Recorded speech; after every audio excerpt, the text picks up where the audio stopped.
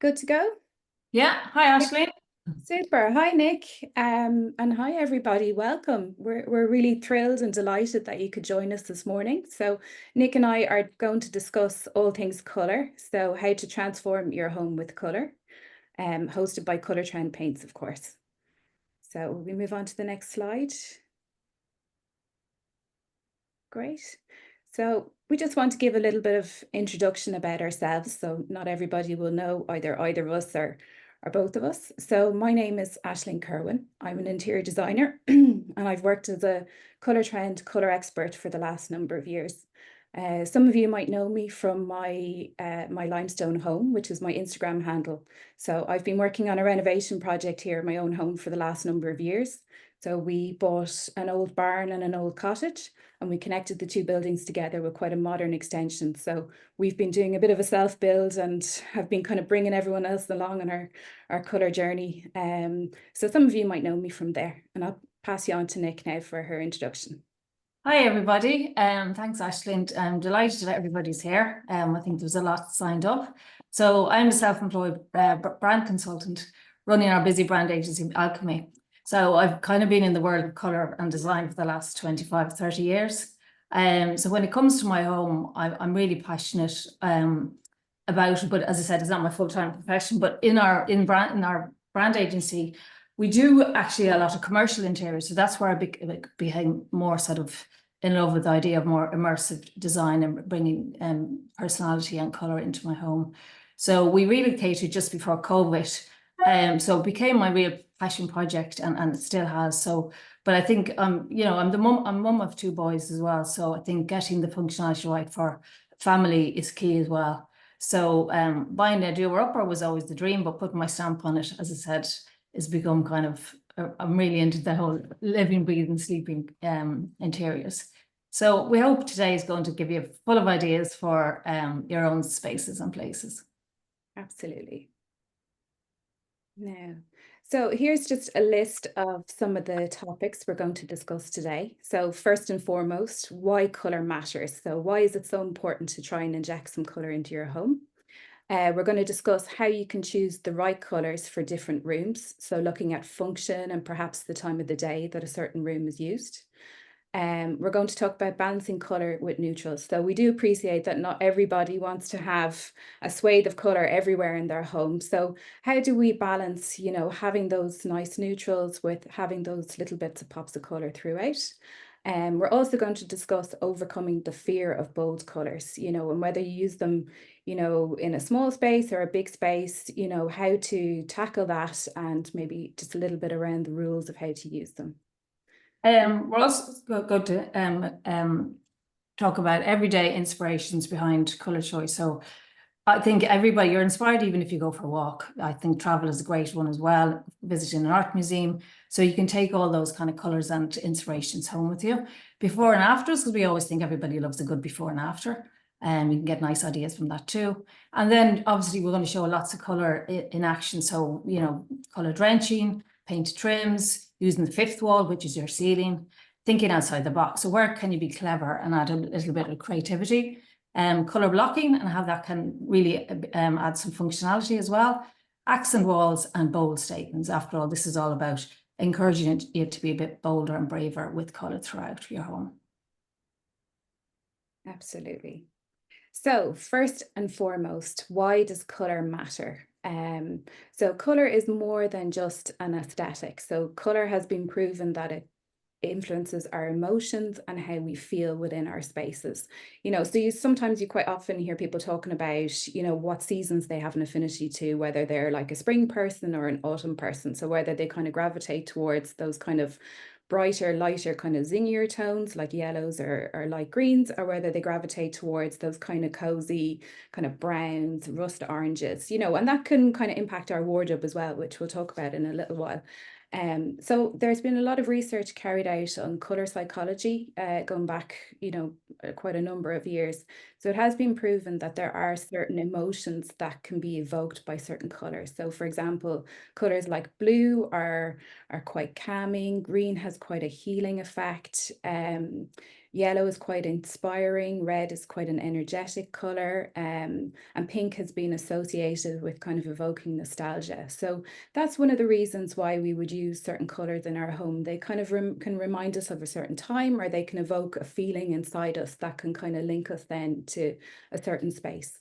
Around that as well is this idea of function. So you might not always want to have, you know, if let's say you have a studio or a gym room at home, you might not want that kind of brown, warm, cozy color in there. You might want something that inspires, you know, a little bit of get up and go. So, you know, the emotional impact and the functional impact of color is really important from that perception.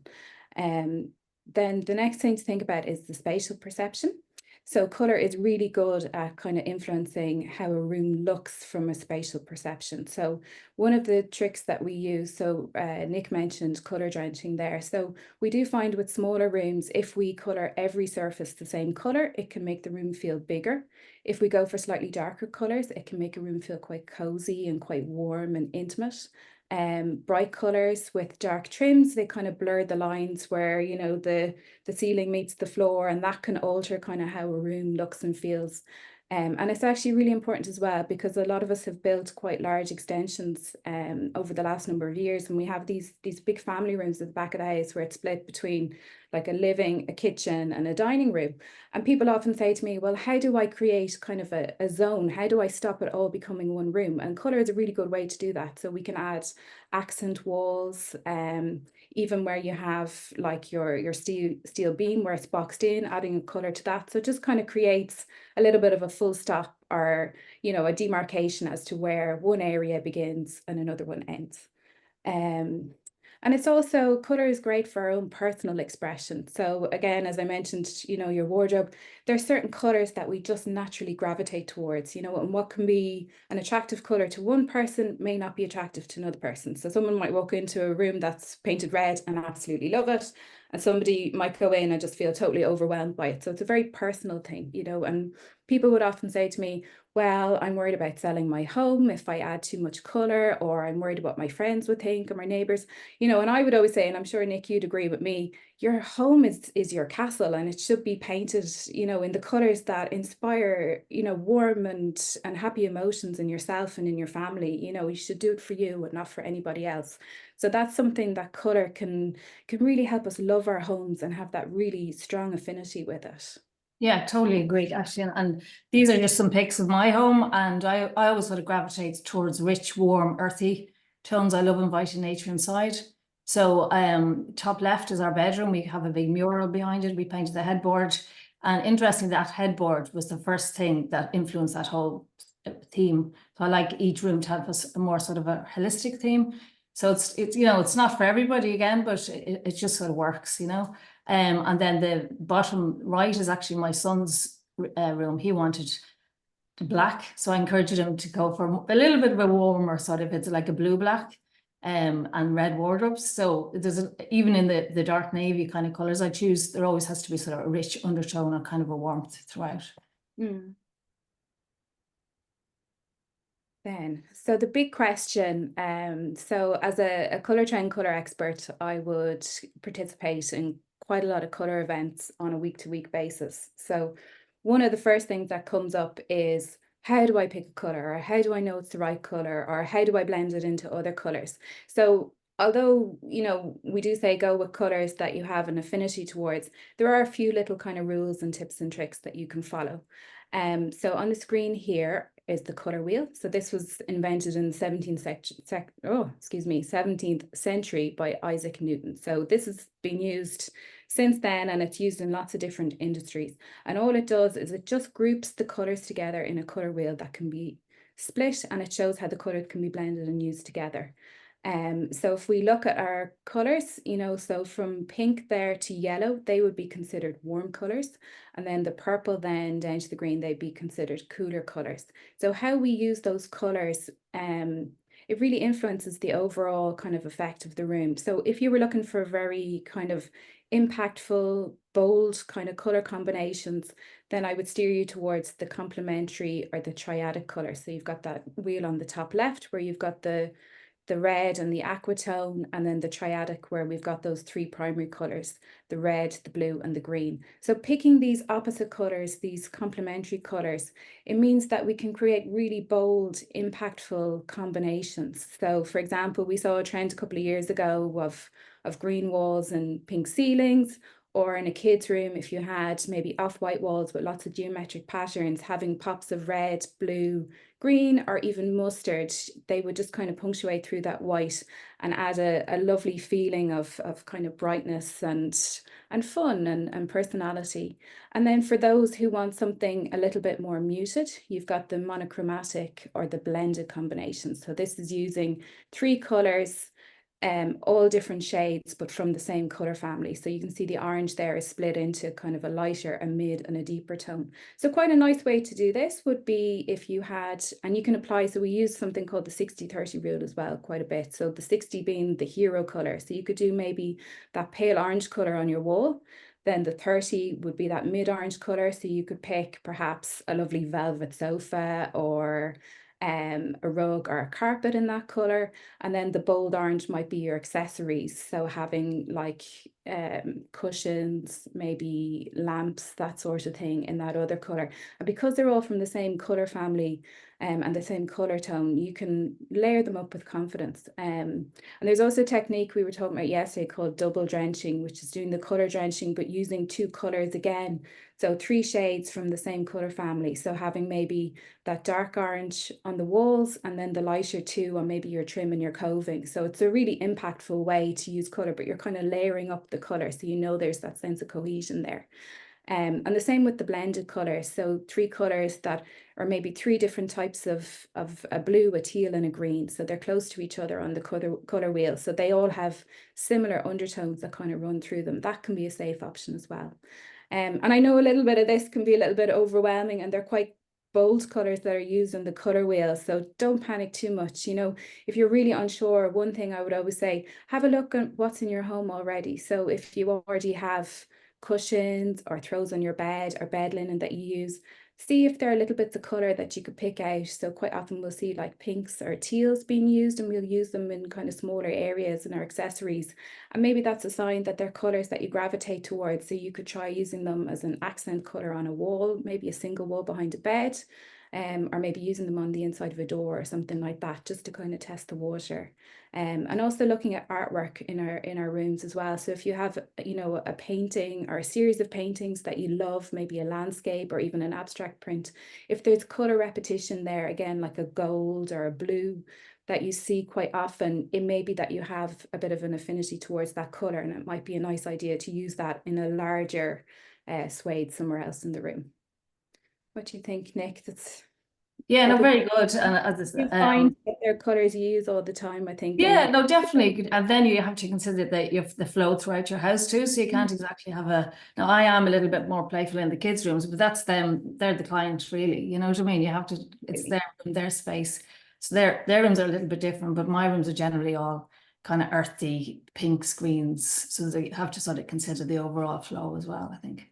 exactly, yeah. And I think that's something maybe to bring up at this point too. So there is a technique or a term that we use in interior design called the red thread. So, you know, because there can be that sense of, well, if I use lots of different color, how can I be sure that it's not going to feel really disjointed as I kind of move around my home? And that's not to say, now there are a couple of different schools of thought. Some people like to have lots of different color in every room, and that's just them and that's their personality.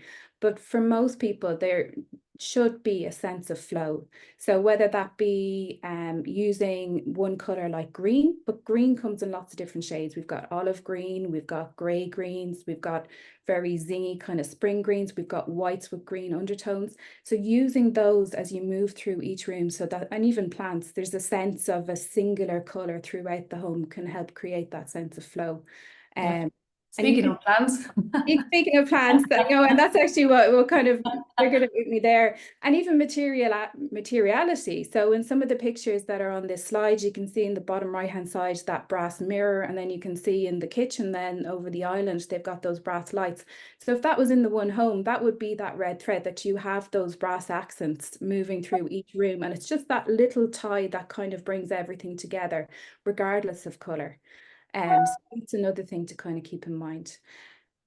Moving on then, so how do you choose the right colors for different rooms? So really the two key things here would be function versus time of day.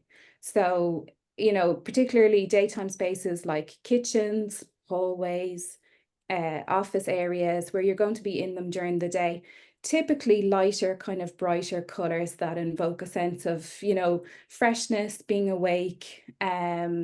They would all lend themselves well to daytime spaces. And then conversely, rooms that you spend time in the evening, like bedrooms. And with our living spaces now, something that comes up quite a lot is that a lot of homes have two living spaces. So they have one kind of all day space that we would perhaps keep quite fresh and quite bright.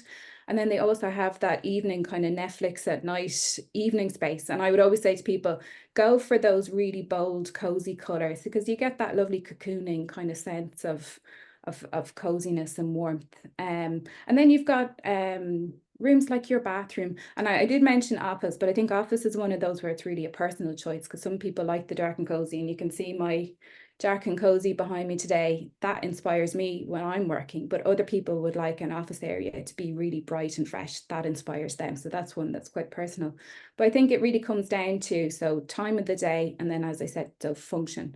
So some examples of colors that would be really popular at the moment. So in the kitchen area, I would typically say to people, go slightly lighter on the walls and then add some impact on your kitchen cabinets. So in the top left-hand side there, you can see muscle on those cabinets. So really kind of rich, warm, inky blue, and it works really well. Most of us now lean towards marble or quartz countertops, which is very bright and inviting, and it's been used on splashbacks as well. So it gives you that kind of ultimate contrast against your quartz. So I've also listed sweet caper, which is a really nice kind of olivey green color. Profound, which is a really rich teal. Again, if you have the quartz against it, it really pops. And then spinifex, which is a lovely warm brown color. And brown being a little bit of a dirty word I found during kind of consultations over the last year, but now I think people are getting their head around it. I think fashion has kind of dictated that brown has this lovely soft kind of cozy warmth, and really it's really versatile whether you go light or dark with it. It's kind of taken over from where grey was kind of before we were all at home during lockdown and decided that grey was going out the window. I call my living room the chocolate room. We literally color drenched the whole thing in chocolate. And the kids actually thought it was black for a year and a half.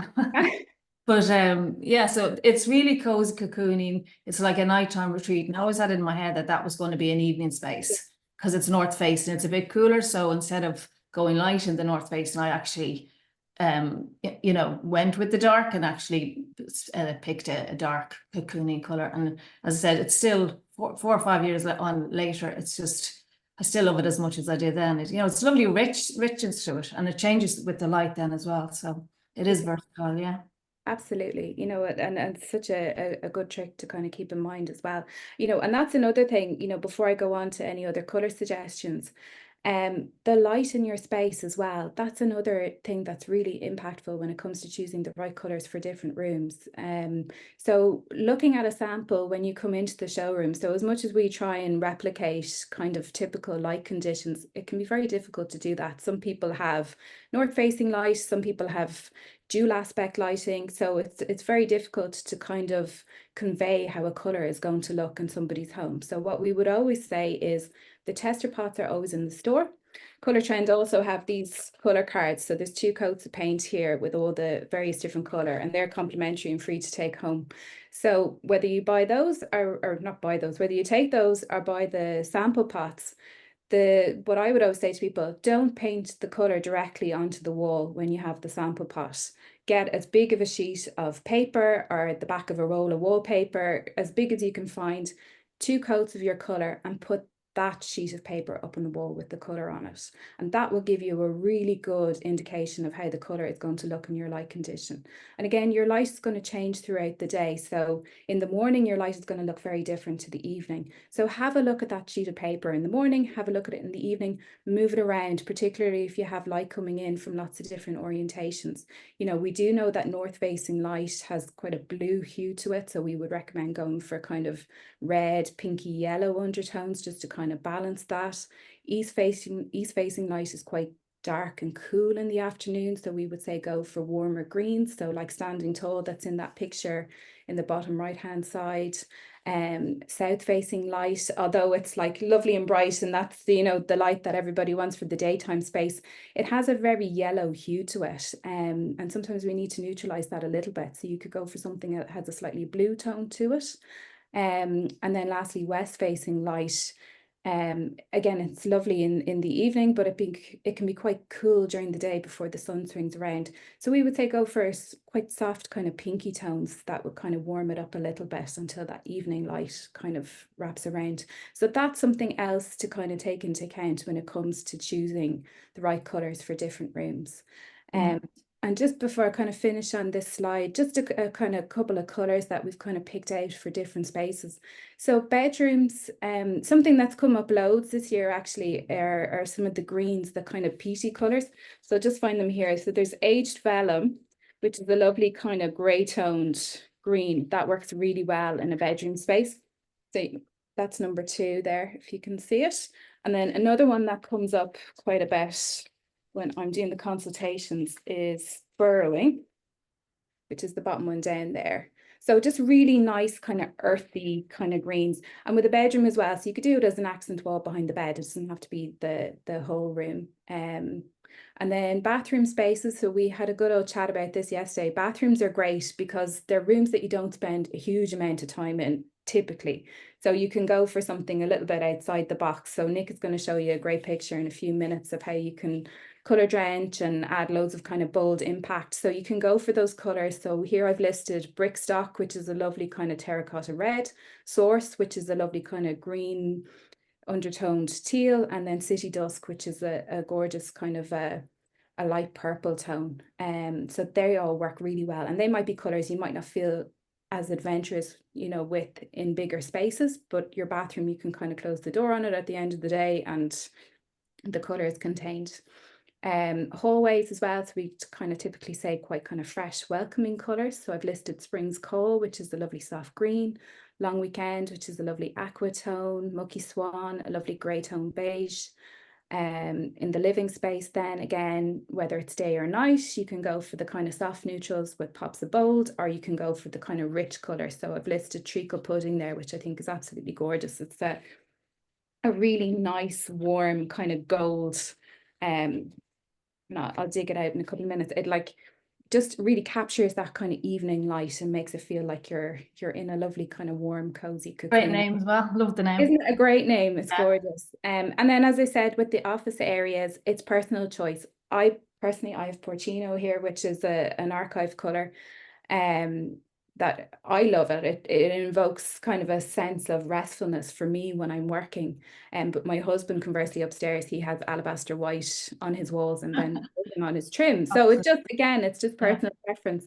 And the same with kids' rooms, you know, that's where you can really kind of go bold. So coming back to the color wheel and those primary colors, I have one little boy who has green on the ceiling, white on the walls and dark trim. And I know Nick has done some great stuff with color, you know, and as she said, they're the ultimate client. You know, you make them feel that they have really participated in designing their room. It puts such a smile on their face and you can have a bit of fun. And at the end of the day, it's only paint. And as they get older, you can change it. So I think, you know, lots of rules and tips and tricks there to follow, but, you know, hopefully that kind of clarifies a few things for, you know, that's how Nick and I kind of select our colors and work through it.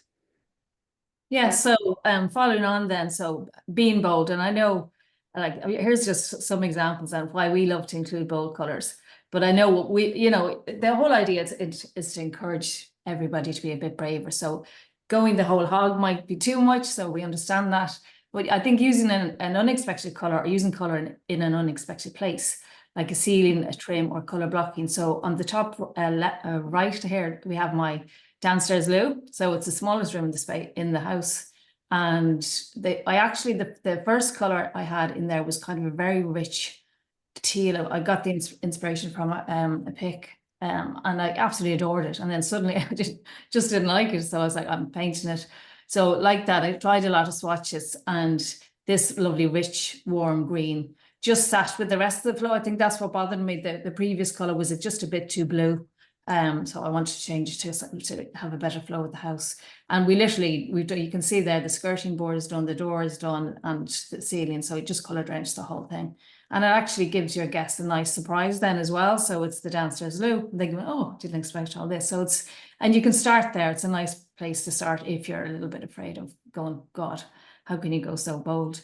Yeah, choosing a bold colour that makes you feel good, and start, as I said, start with the smaller rooms. And you can get, your confidence might be contained then. And then once confidence is gained, use colour in larger and more open plan spaces, taking into account the overall flow, as the colour used in each adjacent room should allow for a good sense of continuity. I think that's a great point, because, for example, like just in my house now, so the youngest client at the moment is 13. I'm in the middle of doing his bedroom.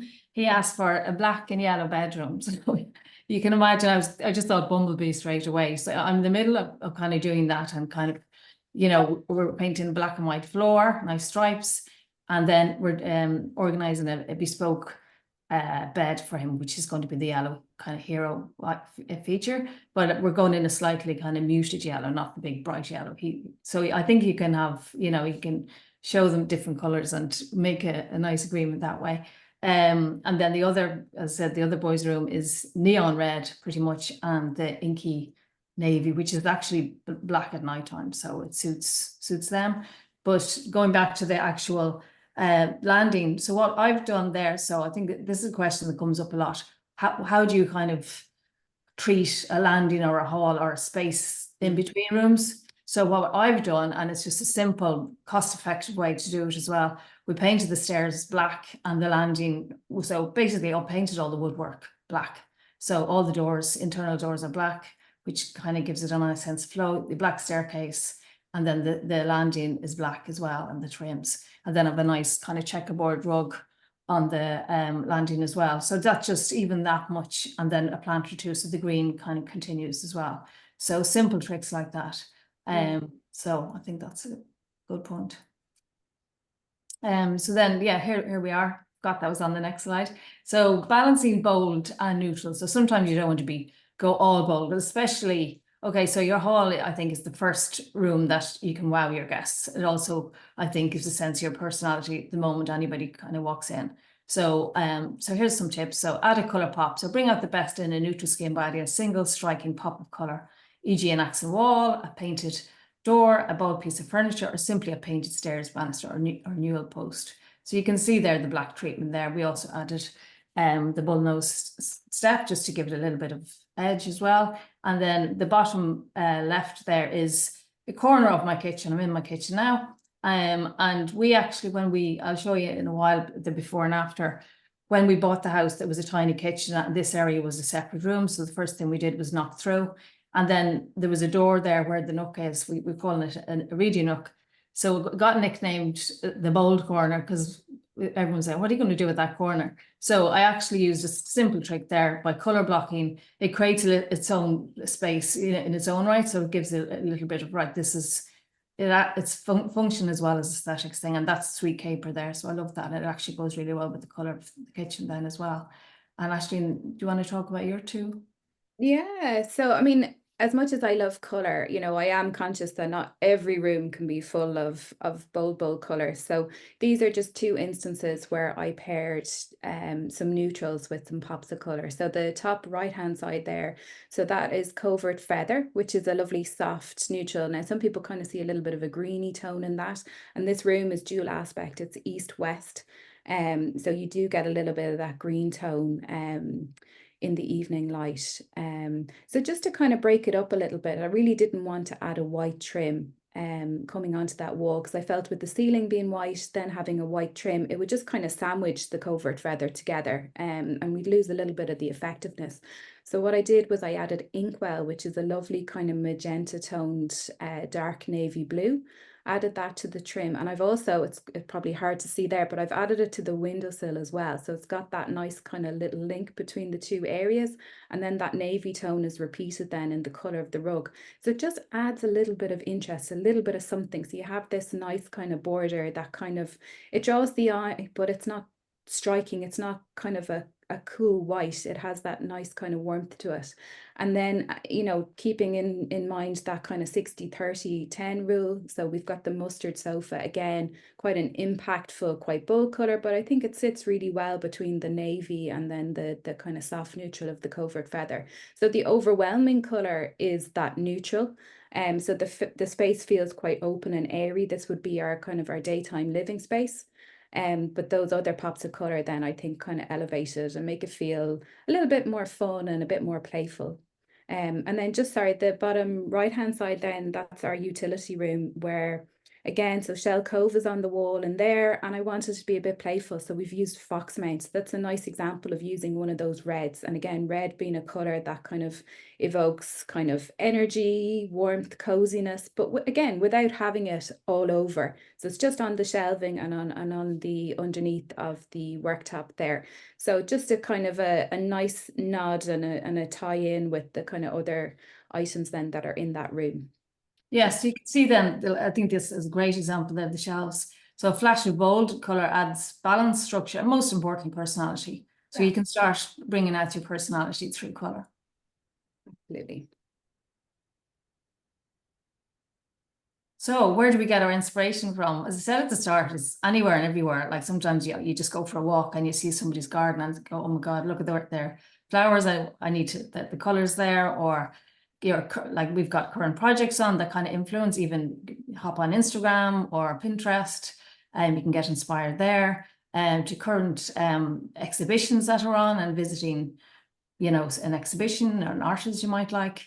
But then look to artwork you already own and think about the decor like in your favorite bars and cafes. So this is just a mood board we put together of travel, of there's me painting the stripes. So that's the floor done for my boys' room. But you can see there I naturally sort of gravitate towards the warm, earthy terracotta colors. We're actually just back from Marrakesh and London, two really exciting and inspiring places. I love London just to go. The minute you land, just inspiration everywhere. Top left there is a hotel ceiling in Palma in Mallorca. So even that is just, you know, really bold and rich, and it actually guides the eye up, so makes the whole space feel really big. So there's just some examples. Top right there is that's actually our studio. So I've used, instead of a meeting area like your standard sort of boardroom with long table and chairs, we actually wanted to create a relaxed feeling. So we've got a nice bright orange, same color as my dress, sofa. And then I did a massive big color blocking to sort of define that area. So clients love it. They just come in and kind of feel relaxed straight away, and it's nice and warm, and the plants there as well give that sort of extra sort of softness, I think.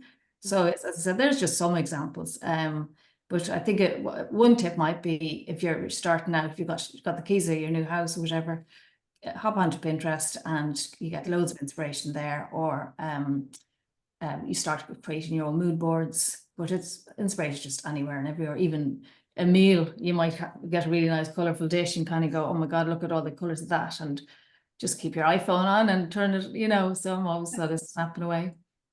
That's it. And, you know, and even as you said, walking around London, I was there at the end of July, and even walking around Notting Hill and seeing all the colours on the doors and on the buildings, and you just snap away, because it's a great example of how to use different colours together, you know, and it's, you know, so bold and it's so interesting and so different. So like that, just phones at the ready, I think is That's it.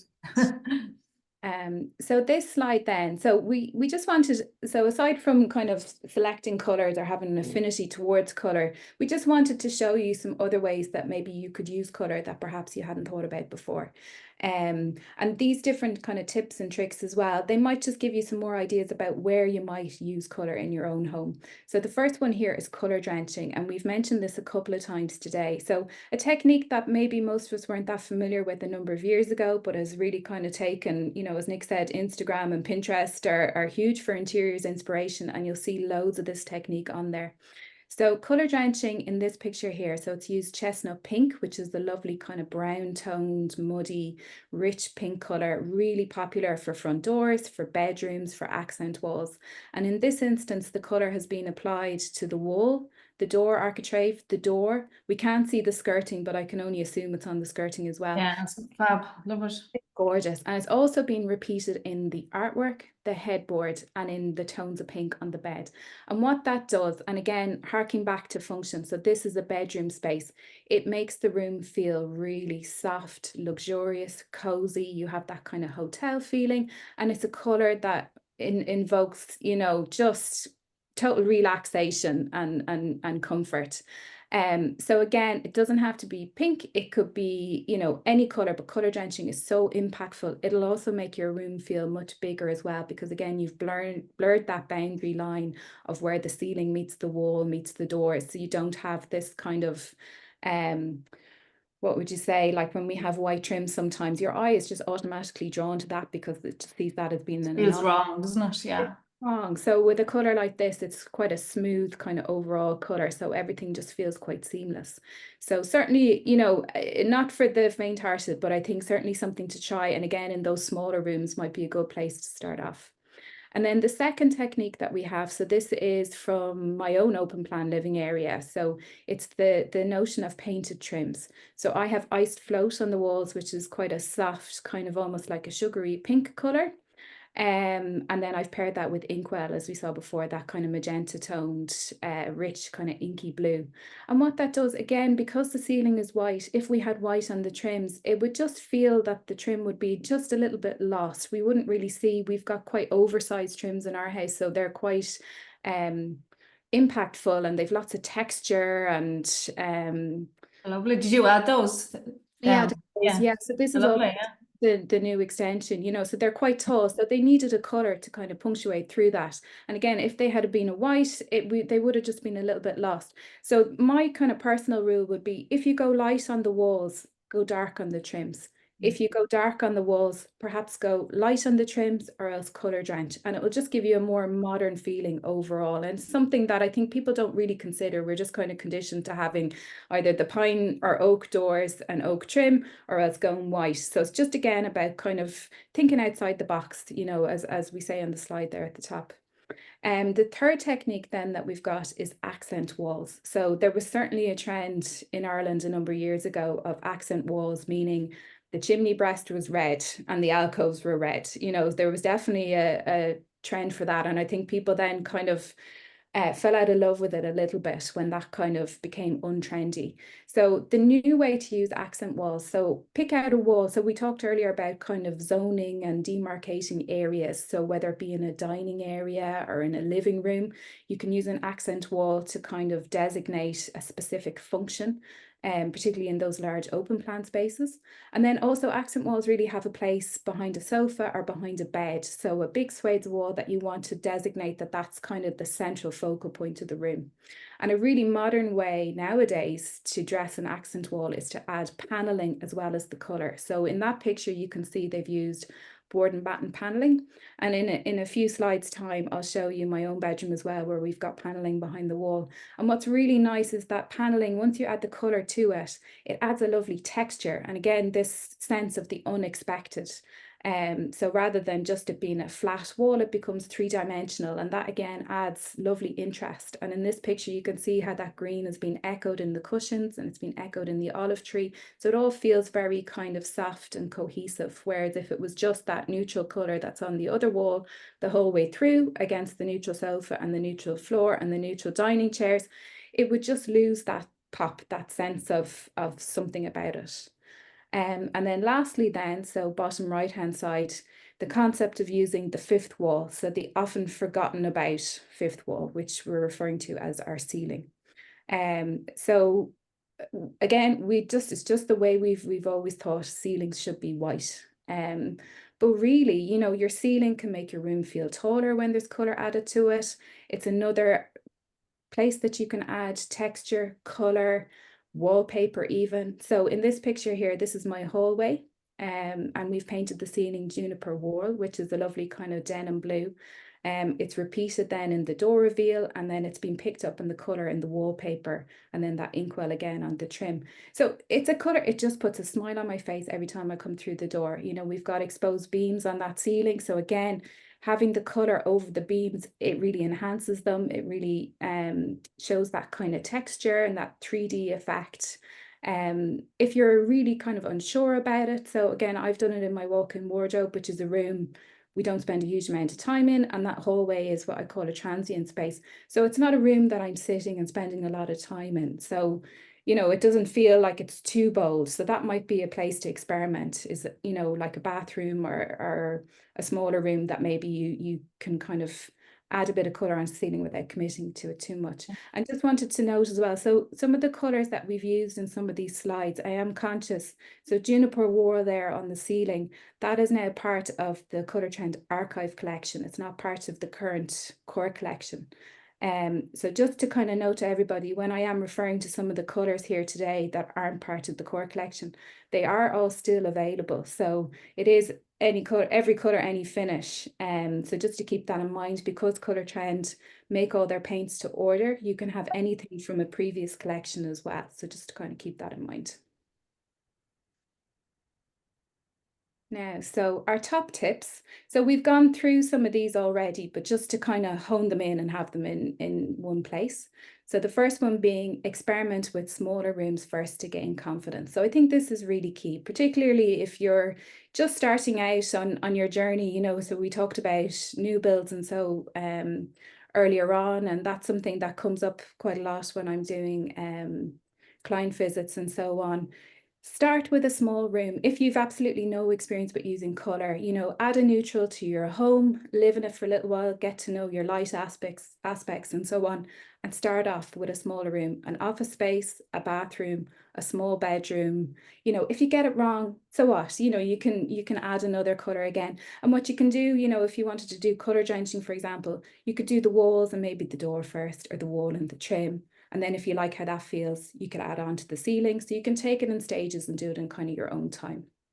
The second tip then is to look to your wardrobe for inspiration. You know, so trying to get a sense of the colors that you really have an affinity for and how you feel when you see them. So I quite often look at my wardrobe and it's full of quite vintagey, kind of soft pastels, you know, colors that I've used in the home. So I know there's that connection there. So for example, if you have, you know, some hot pinks and magenta pinks in your wardrobe or zesty yellows, it might be an indication that maybe that's a color you could try even in a soft furnishing first, kind of working up then to a larger kind of expansive color, maybe on an accent wall or in a whole room.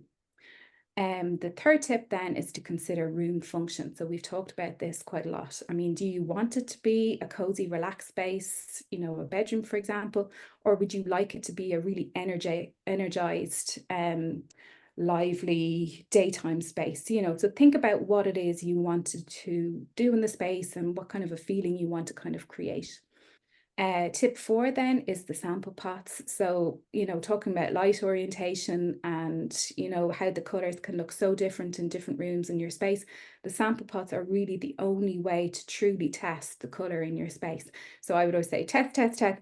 And, you know, and I know some people will put the tester pots up and leave them up for 2 or 3 weeks. You know, that's great because that really gives you a sense before you make that commitment, you know, and it is key, absolutely, to, you know, if you just add the little swatch onto the wall with the paintbrush and then you add another swatch and it's directly on the wall, those colors will all start to compete with each other and it can get very confusing and it can get quite overwhelming. So certainly put the color on a sheet of paper and move that around. That's top tip.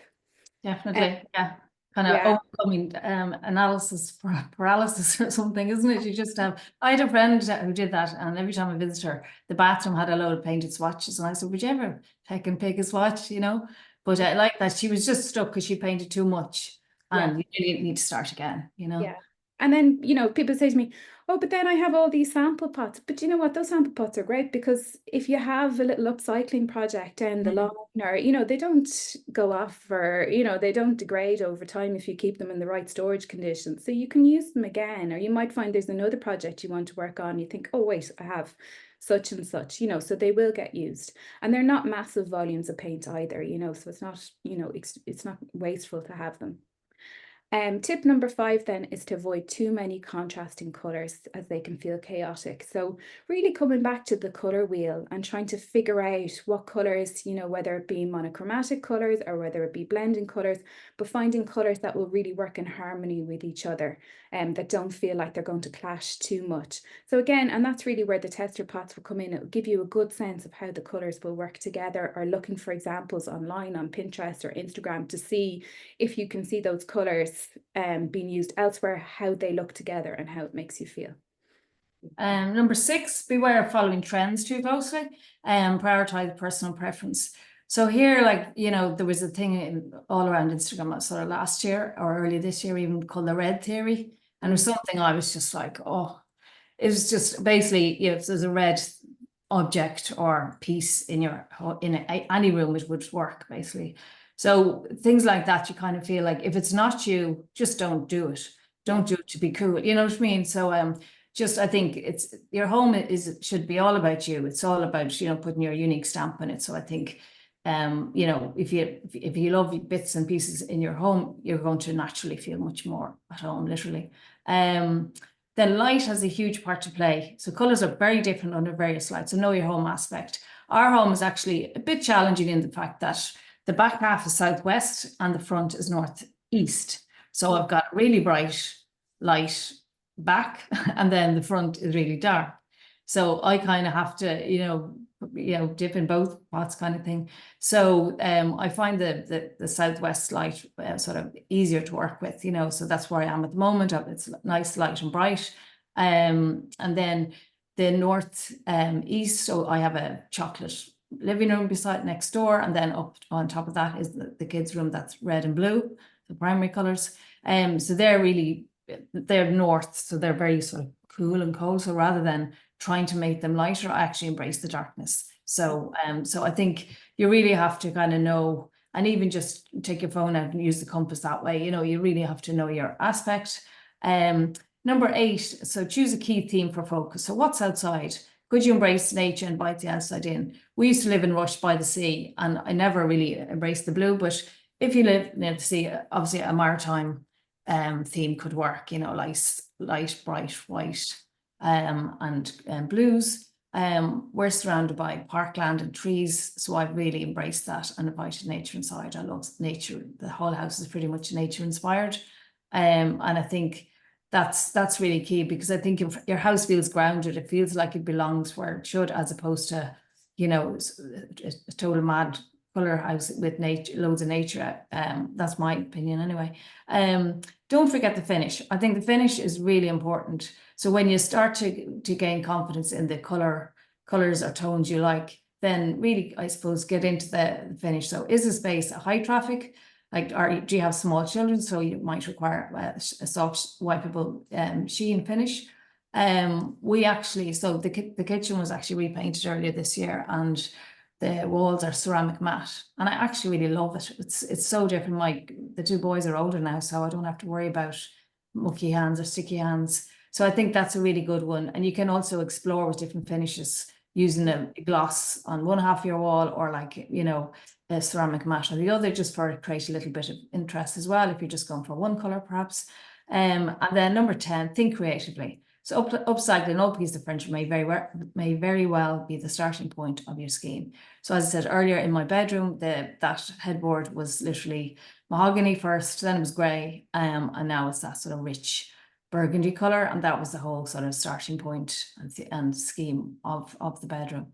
So, and again, like, if, as Aisling said, if you have a tester pot, try a table and try and kind of dip your hands in that way. A smaller piece like a locker or a table, you could you know, upcycle and be a little bit more creative that way. And if you're still stuck, you can book a consultation with Colour Trend. Yeah, that's it. Yeah. So speaking of which then, so we have a few before and afters here, and we thought we'd start right back into the kitchen here. So my kitchen, so you can see the before on the left. So where this tile stock was obviously the 2 rooms, so we knocked the wall there.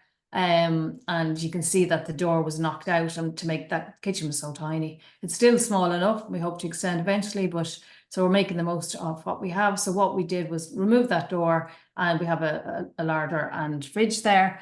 And so that's kind of just to consider the functionality here. Then the units themselves. So we actually used the old carcass that was there, which was nice and budget friendly. And then got a marine ply. And the previous color I never really liked, but we literally we had just moved in. We'd not any budget left, so we literally used a green, but it was much more of a cooler green. As for previous projects, so I was dying to repaint it. I don't know why I left it so long. So the color I picked here was aloe vera, and in the eggshell for wood. I really love it. It's really earthy, rich, warm. It's beside all the outside is literally, you know, we've a nice long garden and trees behind it. So it really sort of merges the two. I love the richness of it, the warmth of it. And then the kickboard, the whole family got involved in the choice of the kickboard, and the fact that what happened was when we painted the green, the kickboard had kind of got a little bit dirty looking, and no matter how much I wiped it, it just, so I was like, right, we're going to paint that. So every member of the family chose a different color. So from a brighter red to this rust to somebody wanted the just continue the green down, or another one wanted a darker green. So I actually went with the choice I wanted. So the brick stock. So it's a lovely rich, and it's kind of that's a good tip there. So to consider your kickboard, because it just adds a little bit of interest, and that's somewhere different that you can consider paint. And also the time of year that we painted this, I actually wanted to get the kitchen rust. We was thinking about repainting it last autumn, and I was going to go for rust, but then we didn't start painting till January. So I was coming into spring now. So I was going, no, I actually want to keep it green. So there we go. So the walls then are dairy parlour. So I think whites can be very difficult to choose. I used to go for milk teeth, and it's a good all-rounder, but it just, you know, we tried a few swatches here, and some, like what we were talking about yesterday, that you might pick a card or a swatch or a tester pot, and you think, oh, that's going to be perfect. And then the minute you get home, the light keeps changing, and you're like, oh my God, it's a bit yellow there, it's a bit pinky looking. So dairy parlour was the perfect choice for here. So yeah. You know, and it's a great example, Nick, of, you know, those complementary colors. So the far side of the color wheel, you know, Yeah. rusty red against the green, I think it works so well. You know, if you had that kickboard painted the same green, the impact just wouldn't be the same. Having that contrast is what really makes it. It works, you know, so well. Thanks. So before and after, so again, this is my utility. So we wanted to show a neutral example here. So it's still a bit bold, and you know, you've got your black window there. But this unit here hides my washer and dryer, which are stacked. And we chose silk seal. And I love it in the fact it's just got that really nice, elegant, sort of sophisticated feel.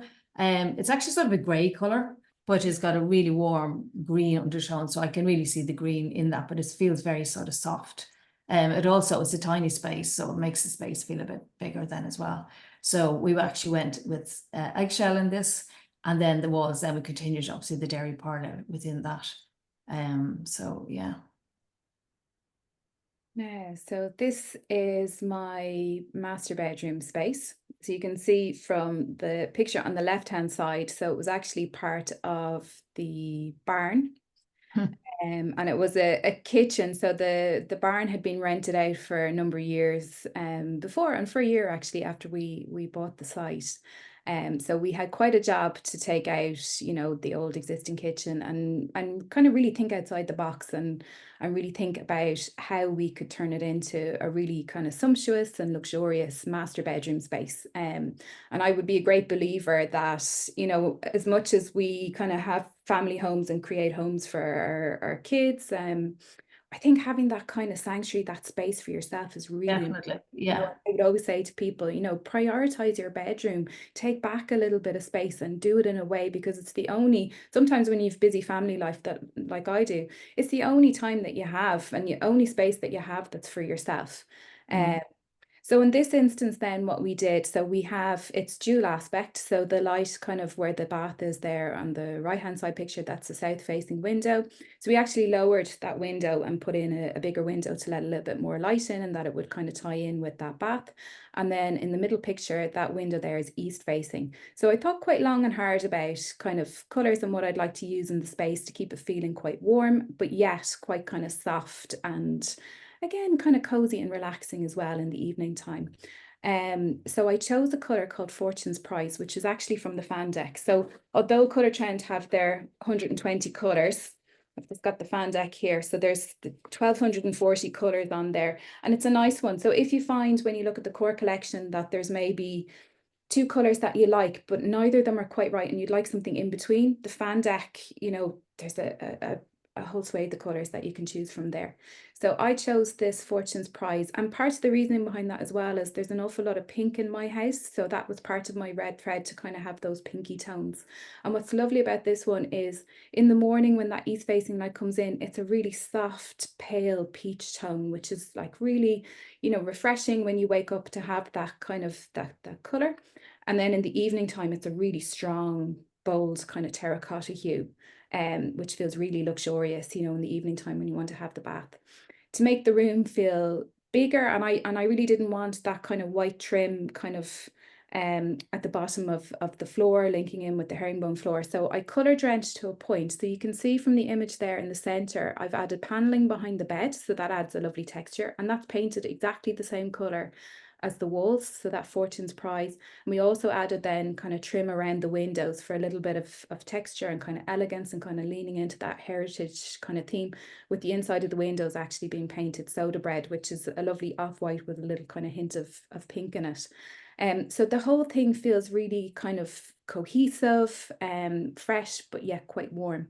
And then to kind of top that off then on the bedside lockers, and the bedside lockers, I think I've upcycled those, I would say 3, maybe 4 times at this stage, just adding different colours and things. So I add a scalloped edge to those new handles, and then we painted a dressage, which is a lovely kind of inky black with a kind of mossy kind of brown undertone to it. And then the bath there is painted. So that was a salvage yard find that we cleaned up. So we painted that Ben Bulbin, which is a really kind of another dark kind of grey inky tone, but it has a lovely blue running through it. So we've got lots of blues, those kind of peachy pinks, and then those kind of dark black accents between the bed and the locker running through. So I think it kind of works together, and it really shows you a before and after how it would kind of work. And just on that, so there's three kind of sections when it comes to finishes from Colour Trend. So all the colours are made to order. So you have your base paint, and then your colour is added. So it's any colour, every finish. You have your 120 colours from the core collection. So you can see them in store. They're on these colour cards. You've got your colours from the fan deck. And then, as I mentioned earlier, all the archived colours that were in previous collections are all still available. So you can still get each one of those. And they are split into different groups. So for your interiors, so for your wall finishes, you've got ceramic matte, as Nick mentioned that she's used in her kitchen, which is the stain resistant scrubbable finish. You've interior matte, which is the wipeable finish, and it has the same sheen level as ceramic matte. So they're both low sheen, 3% sheen. So it's a very, very smooth matte finish.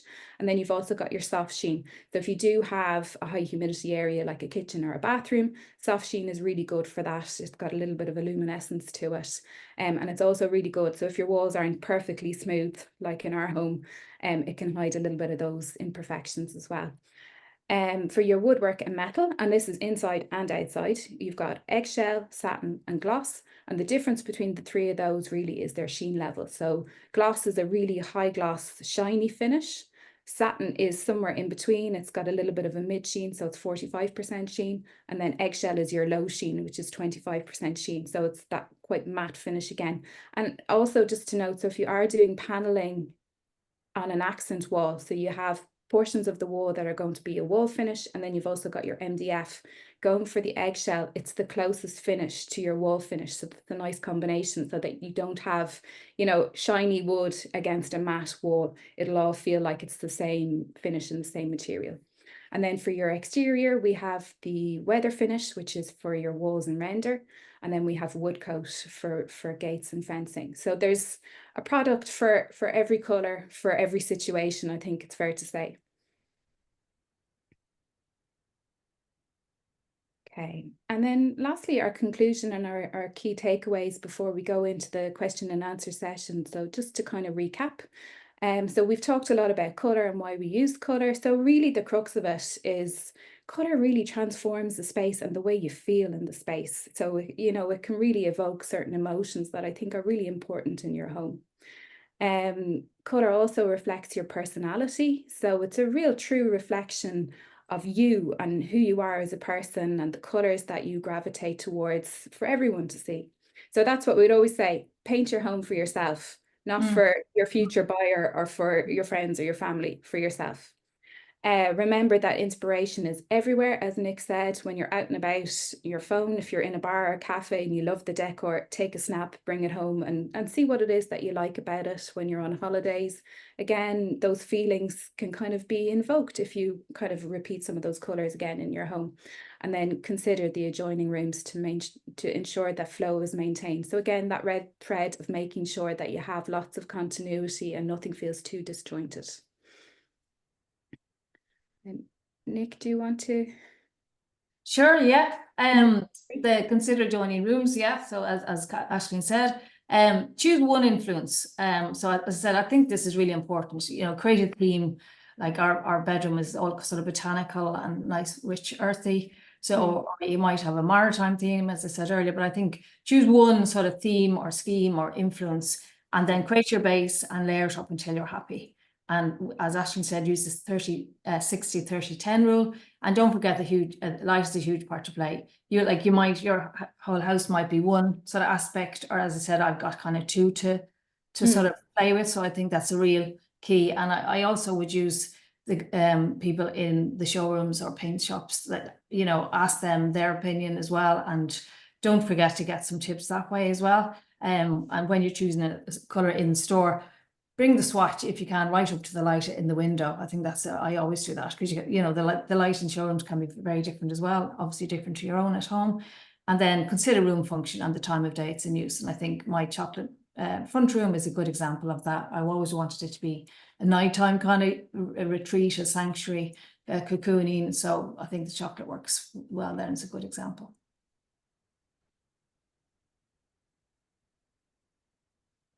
So thanks, Mill. Yeah. So thanks everyone for joining. I hope you kind of got some nice tips and tricks and inspiration. And if anybody's got any questions.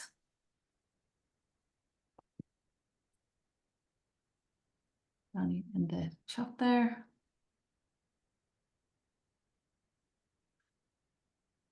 So my biggest question would be around colour used in the hall, stairs, landing. How do you ensure flow and cohesion between all the spaces?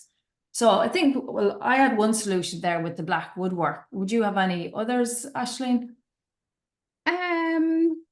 Yeah, I mean, something that I like to use for hall stairs and landing actually, because you know a lot of people still have dado rails in the space. So I would say pick a color on the bottom that you can then tie into your doors and your trim. You can go light, you can go dark, and then you can add a white to the top. So you still get that feeling of height and space as you come through the door, because you want your hallway to be quite bright and inviting, and the same with your landing. So that way you can pair a color, but you've also still got that feeling of space as well. Yeah, you know, yeah. paneling is so popular now, so to have that kind of texture on the bottom as well really works. Yeah, and I think it's also like what, again, it's a key way to use your personality. Do you want to go bold here? Do you want it to become nice and light and bright? Is it a tiny hallway? Do you want a color that might make it feel bigger, smaller? All those kind of things that it might be a good place to color drench. You know, if you have a small area, and as Ashton was saying earlier, to blend boundaries. You could paint it like the rich green I've used, for example, as well, because you know you're blending the outside in. So it really depends, I suppose, your light situation as well, your personality. And then I consider black as a neutral. So I think that's kind of a nice, easy solution. I'm researching colors that would suit a north-facing kitchen. Okay. So I would sort of pick, I suppose, mid-tones, like something with a bit of yellow undertone in it, like, or a soft blush, just to make it feel light and bright.